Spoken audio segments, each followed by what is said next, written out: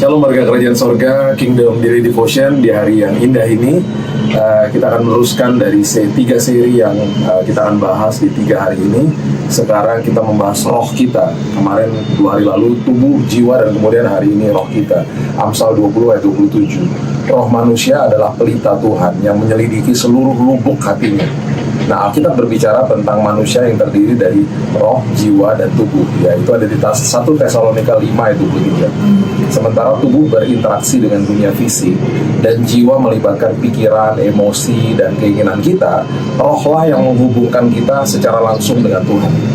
Nah, roh manusia itu adalah bagian penting dari diri kita yang dirancang sama Tuhan. Ya, di sanalah Tuhan berkomunikasi, menghidupkan, dan berdiam.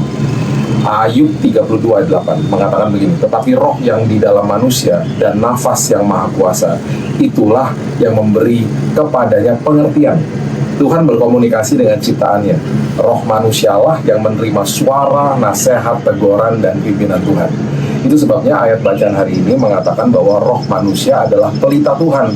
Pada zaman Alkitab, pelita itu digunakan untuk menerangi, membimbing, dan menyelidiki. Ketika Tuhan ingin menguji atau membimbing kita, Dia melakukannya bukan melalui emosi atau kecerdasan kita, tetapi melalui roh kita. Disitulah ya tempat keyakinan kita, kebijaksanaan, pewahyuan itu terjadi. Nah, ketika manusia mengambil keputusan untuk menerima Yesus sebagai juru selamat atas hidupnya dan mengalami kelahiran baru, yang lahir baru itu adalah rohnya, bukan tubuh atau jiwanya. Nah, Yohanes 3:6 mengatakan, apa yang dilahirkan dari daging adalah daging, dan apa yang dilahirkan dari roh adalah roh. Ketika kita dilahirkan kembali, roh kita diperbaharui. 2 Korintus 5 ayat 17. Roh Kudus tinggal di dalam kita, Roma 8 ayat 16, membuatnya hidup dan selaras dengan Tuhan. Tanpa kelahiran kembali ini, tanpa kelahiran baru ini, kita tetap mati secara rohani, terputus dari Tuhan.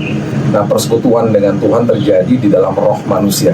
Yohanes 4 ayat 24 mengatakan begini, Allah itu roh, dan barang siapa menyembah Dia harus menyembahnya dalam roh dan kebenaran.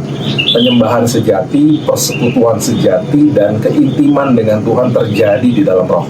Itu bukan tentang upaya kita untuk melakukan ritual, tata ibadah agama, atau sebuah emosi yang meluap-luap. Tetapi ketika kita terharu mendengarkan sebuah lagu atau khotbah, itu ada hubungan rohani intim dengan Tuhan di dalam keseharian kita, ya, yang meluap-luap kalau ya, emosi kita lagi dijamah gitu ya. Nah, itu semua emosi yang kita rasakan Tuhan itu bisa sirna kapan saja. Tapi dengan iman kita ya, karena roh kita bersekutu dengan Tuhan, itu yang menjadi penopang hidup kita. Manusia dihembuskan roh Tuhan loh, dalam dirinya ketika diciptakan di Eden. Kemudian manusia mengalami kematian rohani ketika jatuh ke dalam dosa, karena roh Tuhan meninggalkan manusia. Nah, hari ini ketika kita menerima Yesus sebagai juru selamat, maka roh kudusnya dihembuskan kembali ke dalam hidup kita untuk tinggal dan memerintah kehidupan kita selamanya. Jadi, jangan hanya menilai Tuhan dari emosi yang dijamah, perasaan yang dijamah saja.